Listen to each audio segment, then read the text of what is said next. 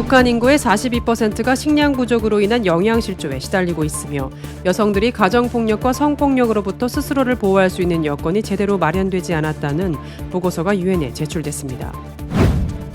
LA 일원 메트로 지하철과 버스가 마약과 갱 관련 범죄의 온상이 되면서 심각한 문제로 지적되고 있습니다. 중국 허난성의 기독교인들은 이제 예배에 참석하기 위해 정부 앱에 등록해야 할 뿐 아니라 온라인으로 예약까지 해야 한다고 미국 크리스천 포스트가 보도했습니다. 미국 드론 스타트업 지프라인이 15일 인구가 밀집한 도심에서 안전하게 물품을 목적지까지 배송할 수 있는 배송 드론을 공개했습니다. 벌써 올해 평균 강수량 기록을 넘어선 가운데 폭우를 동반한 겨울 폭풍이 다시 남가주에 몰려옵니다.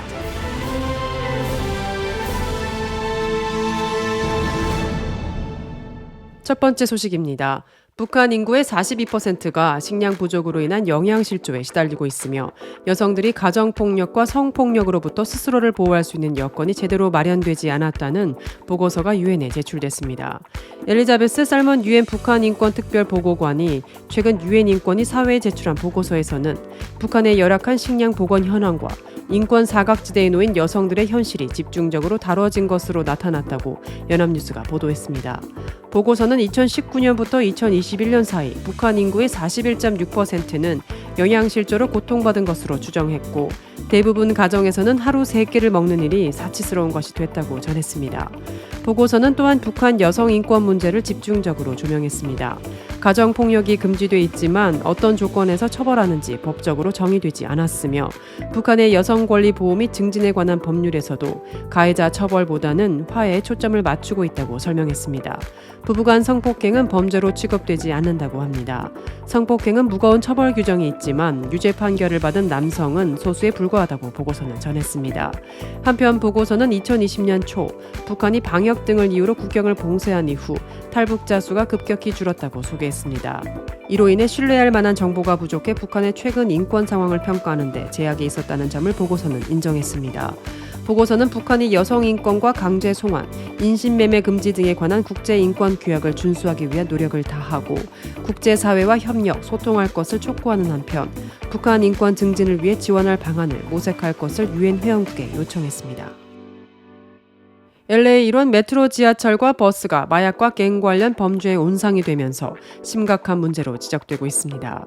한국일보는 LA타임스 기사를 인용해 메트로 버스와 지하철의 승객들이 약물 중독자들의 폭증으로 사용을 두려워하고 있다고 보도했습니다. LA 한인타운 윌셔와 웨스턴 지하철역을 비롯해 LA 일원 메트로 지하철 안과 지하철역에 펜타닐 등 마약에 취해 있는 중독자와 노숙자들이 늘어나고 있습니다. 이로 인해 최근 지하철이나 버스 안에서 마약 과다 복용으로 숨지는 케이스도 늘어나고 있습니다. 올 들어 메트로 지하철이나 버스 안에서 숨진 사람들은 22명으로 집계됐는데 이 가운데 대부분은 마약 과다 복용으로 숨졌습니다. 한인타운 동쪽에 위치한 메가더팍 웨스트레이크 지하철역 경우 지난해 11월부터 올 1월까지 26건의 응급 의료 상황이 발생해 구급대가 출동했는데 모두 마약 과다 복용자들로 인한 것이었습니다. 지난해 이 역에서 6명이 숨졌고 한 건의 총격이 발생했는데 모두 마약과 관련된 사망과 총격건으로 드러났습니다. 지하철역이나 버스 안이 너무 위험해졌다는 주민들의 불만이 폭증하면서 교통국은 지난해보다 예산을 1억 2,200만 달러를 늘려서 지하철역과 버스 정거장 안전을 위해 300명의 비무장 앰버서더를 역에 파견할 계획입니다. 이들 앰버서더들은 지하철역이나 버스 정거장을 순찰하면서 범죄가 발생할 경우 이를 경찰에 신고하고 범죄로 피해를 입는 버스나 지하철 이용객들을 돕는 역할을 하게 됩니다. 중국 허난성의 기독교인들은 이제 예배에 참석하기 위해 정부 앱에 등록해야 할 뿐 아니라 온라인으로 예약까지 해야 한다고 미국 크리스천 포스트가 보도했습니다. 미국 크리스천 포스트에 따르면 기독교 박해 감시단체 차이나 에이드는 최근 허난성 민족 종교 사무위원회에서 개발한 스마트 종교라는 앱은 성도들이 예배 참석에 대한 정부의 승인을 받기 위해 이름, 전화번호, 주민번호, 영구 거주지, 직업 및 생년월일 등을 포함한 개인정보를 제공하도록 하고 있다고 전했습니다. 허난성은 중국에서 기독교 인구 인구가 가장 많은 곳 중 하나로 현지 교인들은 번거로운 신청 절차 때문에 예배에 출석자들이 줄었다고 전했습니다. 성도들은 일단 예배 장소에 들어가면 체온을 재합니다. 차이나에이드는 앱이 어떤 식으로든 코로나19 재앙과 관련이 있을 수 있다며 이러한 관리 조치는 사람들의 종교적 권리를 보호하기 위한 것이 아니라 정치적 목적을 달성하기 위한 수단이라고 설명했습니다. 차이나에이드는 얼마 전 발표한 보고서에서 중국 공산당이 2022년 제20차 당 대회를 앞두고 교회와 기독교인에 대한 박해를 강화했다고 밝혔습니다.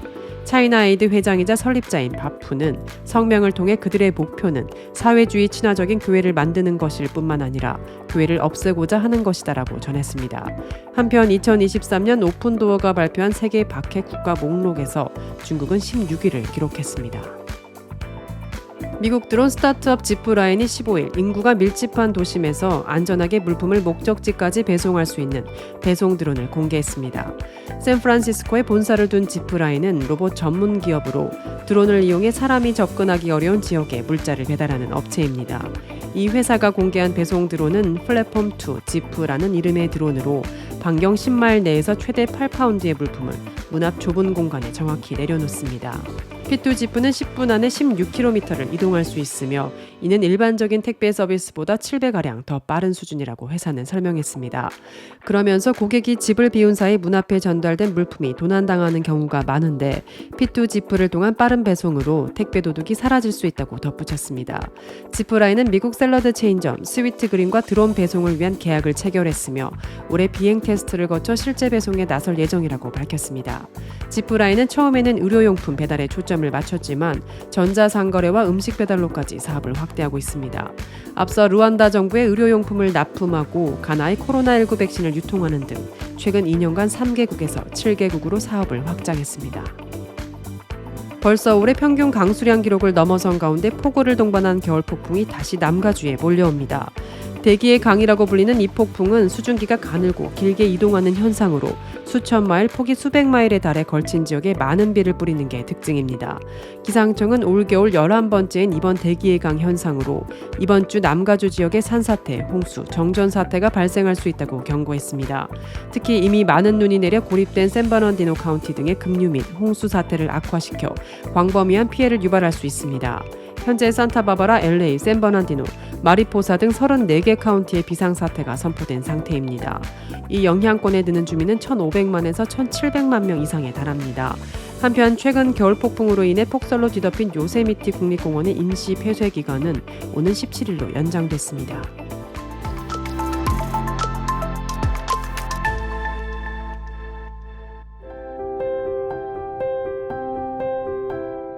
세상을 밝히는 크리스천 소식입니다. 튀르키예 지진 피해자들을 위해 탈북 학생들이 마음을 모았습니다. 탈북 청소년 대안학교인 여명학교는 15일 재학생과 졸업생이 모은 후원금 500만 원을 서울 중구 튀르키예 대사관에 전달했습니다. 여명학교 재학생과 졸업생들은 대부분 기초생활 수급자거나 한부모 가정자녀로 생활 형편이 넉넉하지 않습니다. 그러나 누군가의 도움으로 대한민국에 정착해 살고 있기에 그 감사함을 튀르키예를 돕는 것으로 표현한 것입니다.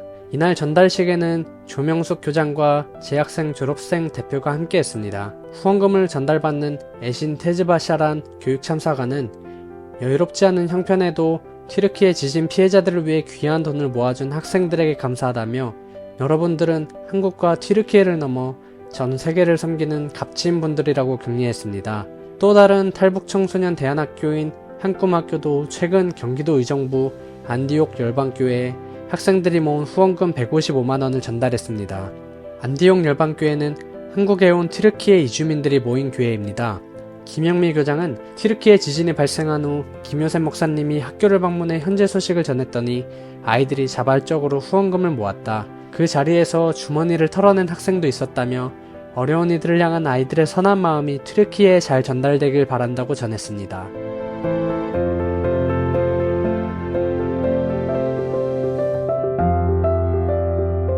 크리스찬에게 뉴스는 기도 제목이 됩니다.